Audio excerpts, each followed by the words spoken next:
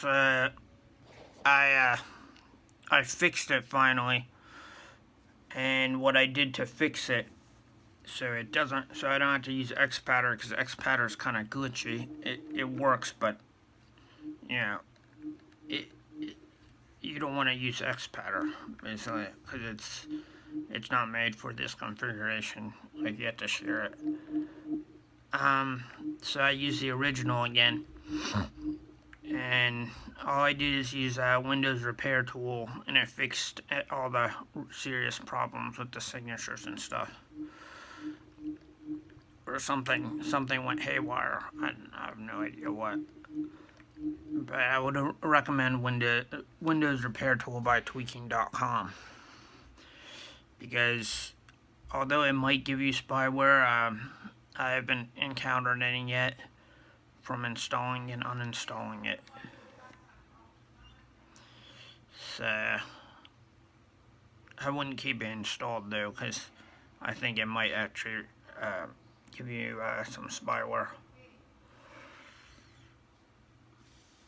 I also use that combo fix, so I just use those two programs instead of reinstalling Windows.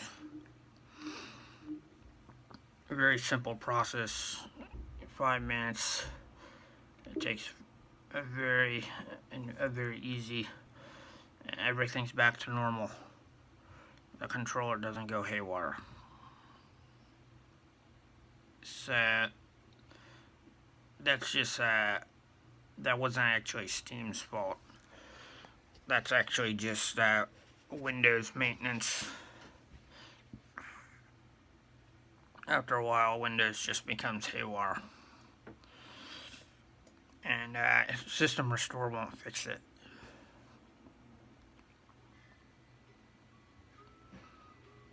But I have to apologize to Steam, because I actually did think maybe, well, they kind of still are messing with my account. Like I put the RAM in and went haywire. I think they are technically, because I keep having to put my name and password in, and I have no idea why I have to do that. But you know, at least the controller is back to normal. So it's a big IDK. I don't know. Yeah, I don't know what's doing that. No viruses, no malware, so I just don't know. So I'm gonna give it a try.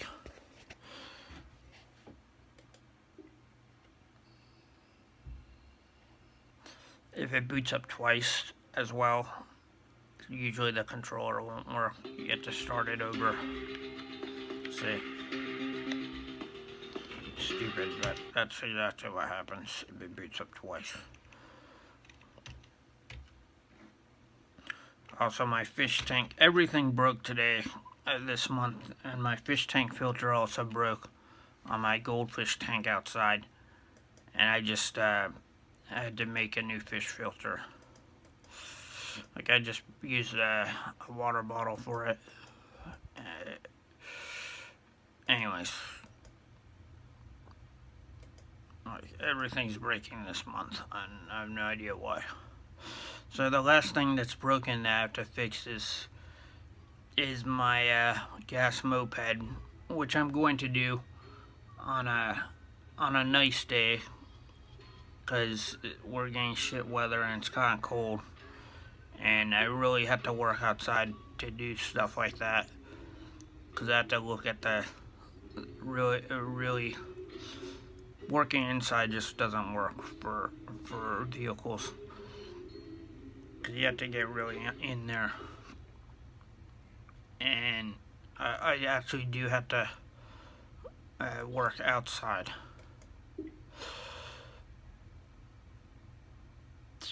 I already fixed the electromagnetic one, and I drove it to 7-Eleven and back, and it works great. I bought a few beers, you know, to celebrate.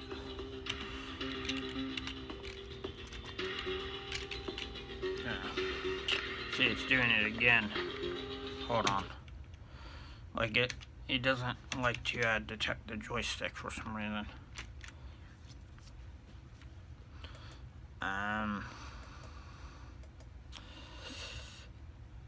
So I don't know what's going on there.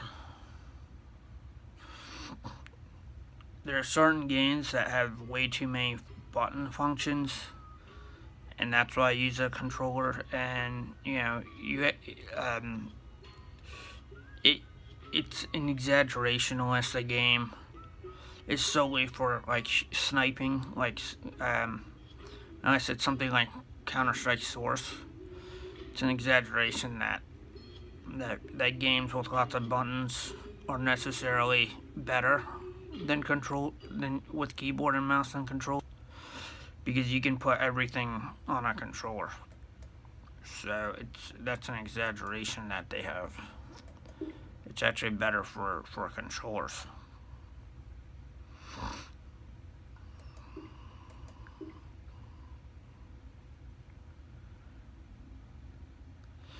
And I've been trying to figure it out for a long time now. For like a week now as to what the error was. It happens to be that maybe through standby mode, and too many programs up, the system just went haywire, and a lot of the Windows operating system just broke internally. I don't know. I wish I did, but I don't.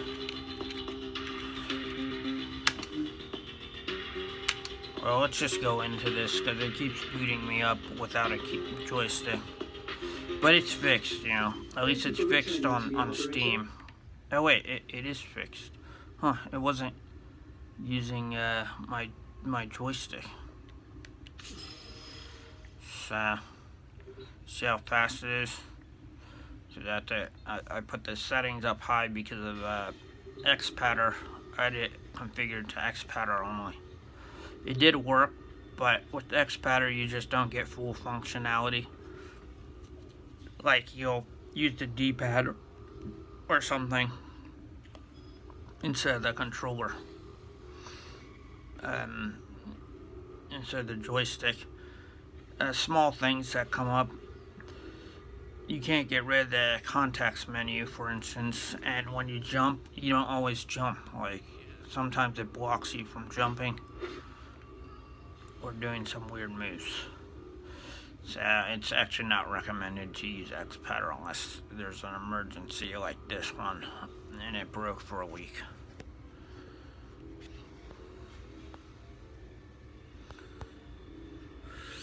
Weird though that the keyboard wasn't working just now with the joystick, so I don't know how they control it. Like I'm not actually sure. I presume they could be doing something to control the functions of a joystick, but I don't know. Anyways, but let me show you a trick about Steam that might be relevant. Say you don't have a D-pad configuration, you don't have D-pad working, right? So you just have to go over here, and you have to go to controller settings, and you just have to make sure the first controller is active and not the second or third one. And by doing that, you just go to preferences and then cancel, and it'll show that you're using that one. So now that we have that established, we go back into the game, and the first controller and the D-pad should work. But I don't know if that's them controlling it or it controlling it. But that's I guess that's how it works.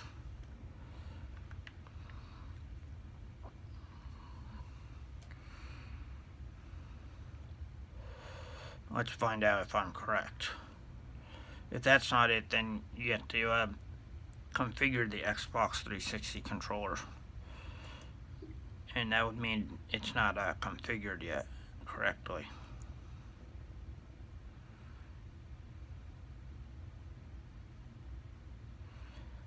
So if you get the screen up right away instead of at the password menu, it doesn't skip emulation usually. The emulation will be active.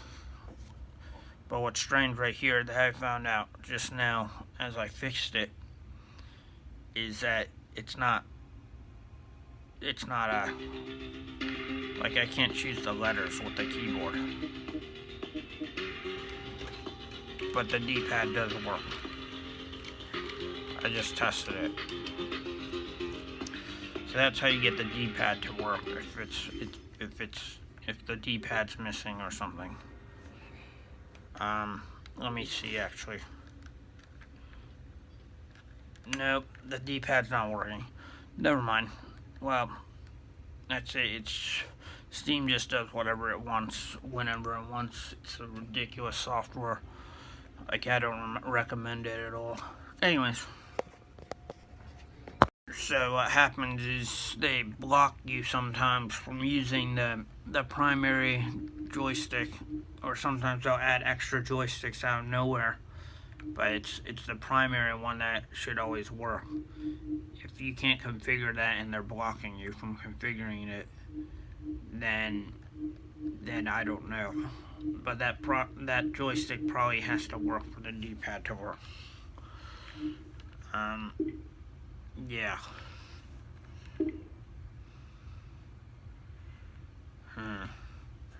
So I'm thinking,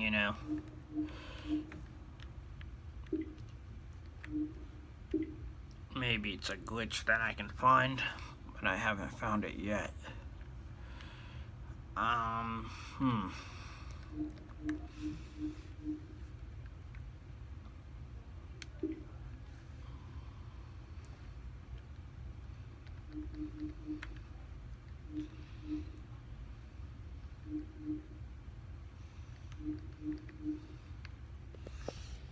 Many configurations always reset the settings back to say you configure the setting, they reset it back to normal or something. So to get that setting to work, actually now that I think about it more and more, what I was doing is I was exiting Steam and restarting it. And this, you can start in big picture mode, whatever, or not. It doesn't matter. They're both. And they've been asking for my password every time. Like it's almost like someone else has my PC under their control. It's retarded. Yeah.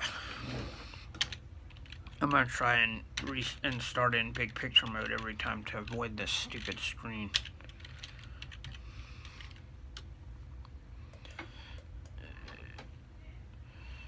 I think Steam's like the worst platform ever. It's just a really bad platform. It relies so heavily on the registering signatures and third parties.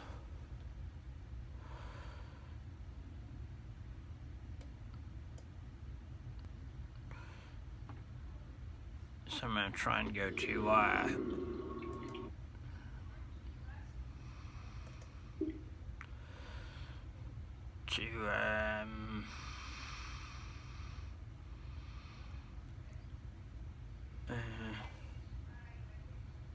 system, no, I forget where it says big picture mode.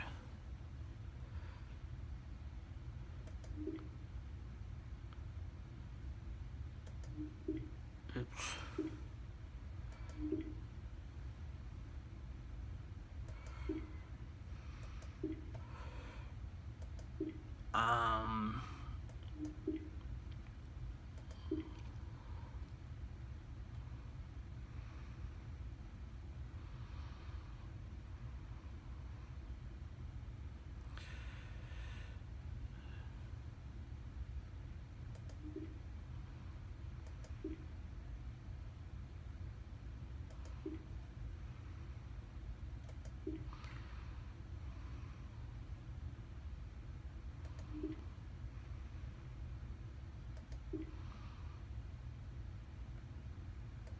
Interface, start Steam in big picture mode.